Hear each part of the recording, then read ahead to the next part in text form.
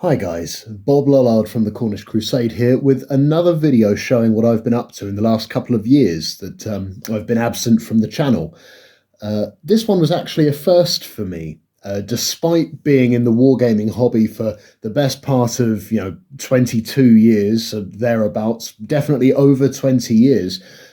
It wasn't until mid 2022 that I actually completed an army, which is a bit embarrassing to say. I've definitely suffered from that wargaming butterfly syndrome where you keep on chasing the next project. The army is what you can see in front of you. It's only small, it's about 28 models strong, but it is a platoon of Duke of Cornwall's light infantry for a very British civil war. So I've taken some liberties with the paint scheme. I'm a big fan of the Games Workshop contrast paint Militarum Green, as I'm sure you can see. But yes, this is the full force so far. As you can see, the platoon is divided into three sections, here, here, and here.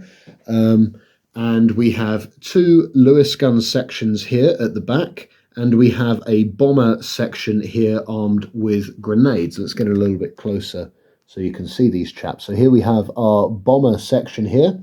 All of them are armed with Mills bombs or hand grenades or rifle grenades. And as you can see, we have a sergeant in front here who is armed with a double-barreled shotgun. Very interesting fellow there. Then we have our two sections here armed with a Lewis gun. The Lewis gunner here for this section. You can see he's got some leftover purity seals I had from a Games Workshop model there. There's the rest of the section as well. And then over in this direction you can see the other Lewis gun section here with the Lewis gunner standing with it over his shoulder there. And then in addition to those three sections, we have a three-man strong command detail, which I will bring up to the front here. So this is the leadership of the platoon. We have our commander here, a secondary officer, and then just a soldier there pulling a salute. And then our final model is we have a sniper here in the back. Now, the majority of these models, to my knowledge, are from the out-of-production Renegade Miniatures World War I British range, but the rest, particularly the bombers, and I believe the commanders as well, come from Great War Miniatures, I think. Either Great War Miniatures or possibly Crusader, I don't know. I picked them up secondhand, so I'm not quite sure who the manufacturer was. The same story goes for the sniper here. It's a World War II sniper, and I got that from Colonel Bill's Wargames depot, so I don't know who the manufacturer is. There's also a couple of other chaps that I do have in progress, and I'll just show you those very, very quickly before we proceed. So, as you can see, I have a couple of chaps here. One of them is, again, a Renegade Miniatures model, converted with a Games Workshop Free Companies Club, I believe. Very nasty-looking fellow. And then we have another chap here who is carrying lots of spare rounds for a Lewis gun. And then we have a couple of field guns here that I've base coated. I still need to add the metallics to them and then shade and whatnot before I can then proceed on the crews, which are upstairs, so I won't show them to you now. But I suppose the real question is, moving the guns out of the way for a second, is why am I painting up just two extra infantrymen?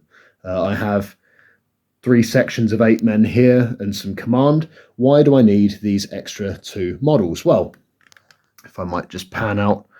Sorry about that, my camera was playing fun games with me. So the reason why I'm adding those two men are because although the force I've got assembled there with 3 sections and a commander and a sniper unit, that works very well for the very British Civil War platoon level rules, went the day well. And it would also work very well for something like Bolt Action's Campaign Sea Lion, where I can employ these units as perhaps a home guard detachment or something similar.